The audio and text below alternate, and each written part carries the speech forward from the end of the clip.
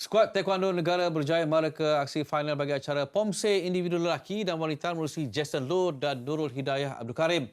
Buat persaingan lelaki, Jason hanya mampu meraih pingat perak apabila mencatat 8.166 mata, hanya 67 mata di belakang pemenang pingat emas iaitu Thailand. Bagaimanapun skuad negara berjaya kembali bangkit menerusi kategori wanita apabila Nurul Hidayah mencatat sebanyak 8.383 mata untuk merangkul pingat emas. Tak expect pun sebab ni bukan main event saya. Saya jarang main individual. Saya mostly games saya join mixed pair dengan Jason and then saya main female team. Rasa sangat-sangat happy, rasa bersyukur sebab ni first Asian University Games saya and then ni juga first gold medal untuk taekwondo. Sebelum-sebelum ni tak pernah lagi gold medal lah. So ni first taekwondo punya gold medal. So first masuk tadi rasa nervous and then nak tunggu markah sebab saya antara yang terawal lah dalam kategori saya main. So nak tunggu semua orang habis sampai orang yang ketujuh, nervous lah sebab nak tunggu markah kan. So dah tahu dapat gold medal, rasa lega lah. Dalam pada itu, skuad silat negara berjaya menambah bilangan pingat emas kondisi negara selepas menjuarai kategori regu wanita. Aksi final menyaksikan Malaysia menaruh harapan kepada Nur Husnina Atika Fakira dan Munira untuk mengalahkan wakil tuan rumah Thailand. Tiga wakil ini berjaya mempamerkan aksi yang memberangsangkan dan meraih sebanyak 460 mata iaitu 11 mata lebih daripada Thailand. Sebab mak saya banyak kali pesan buat yang terbaik. Lepas tu saya cepat nervous. Jadi saya rasa saya dapat semangat tu daripada semua. Jadi bila menang tu saya rasa pengorbanan apa semua tu tak sia-sia. Jadi saya terharu. Alhamdulillah, saya rasa kami dah buat yang terbaik untuk negara.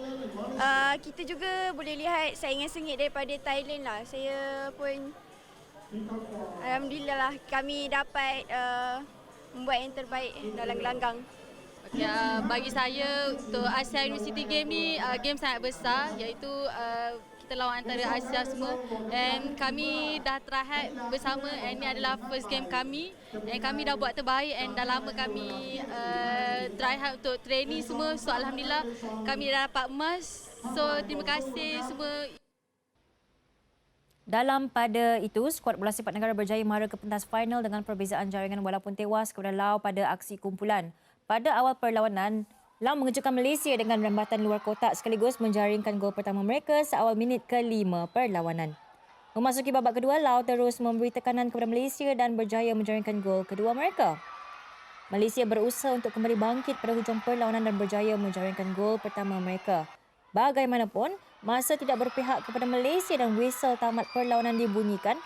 Malaysia dengan 1 jaringan manakala Laos dengan 2 jaringan.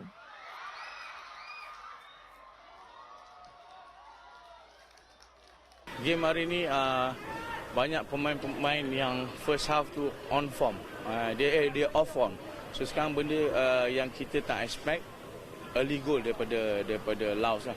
So that means kita struggle untuk menyamakan gol and then the second tu kita kena concede goal and then I said to the player we need 1 goal at least for goal average. So kita kalau goal average kita kalau goal average kita akan layak ke final lah. Itu yang saya. Tapi on this day ada a few player memang out of form. Walaupun dia try hard and then a few mistake happen lah. Tentang final nanti kita akan hadapi pasukan yang sama kita lawan tempoh hari. So saya rasa mungkin taktikal diorang akan berubah dan juga taktikal kita pun akan berubah. Kita bergantung pada coach. So saya harap semua pemain yang tak bermain ataupun dah bermain kita bersedialah untuk final nanti.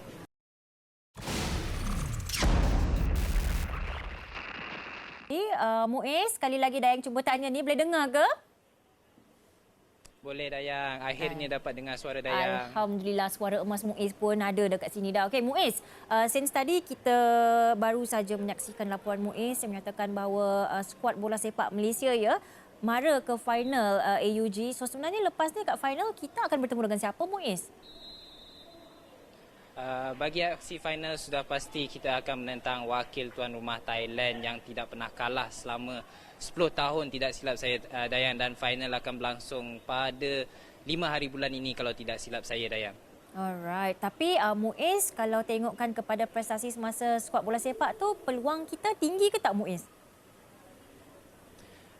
Kalau skuad negara mampu bermain seperti aksi kumpulan ketika pusingan awal yang mereka menentang Thailand di mana mereka lead 2-0, saya percaya pada final nanti mereka mampu melakar kejutan. Tetapi kalau berdasarkan perlawanan hari ini di mana mereka kelihatan agak loose atau agak loss lah ketika first half, dan mungkin kenyataan untuk memenangi final itu semakin pudar. Tetapi coach sudah cakap bahawa dia akan bertemu dengan pemain dan dia sendiri faham bahawa kemungkinan pemain apabila dia mendengar nama Laos, dia api orang katakan semangat tu kurang lah.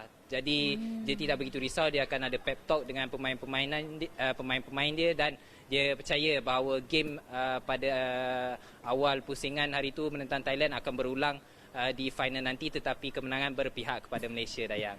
Alright, sebenarnya itu agak positif sebenarnya sebab bertemu dengan Thailand ni kita pernah bertemu dengan mereka tempoh hari, so kita tahu macam mana cara permainan mereka. Betul Muiz? Okey Muiz, sebenarnya antara highlight of AUG untuk Dayang hari ini adalah Jason Lu yang menang pingat perak dalam PUMSE individu lelaki. Tapi yang kita dekat Malaysia ni nak tahu ya Muiz, apa yang memisahkan Jason dengan pingat emas sebenarnya? Okey, apa yang memisahkan Jason dengan pingat emas adalah satu, ini merupakan sukan subjektif, jadi anything can happen. Tetapi yang ketara adalah ketika Jason melakukan rutin dia, terdapat sedikit kesilapan.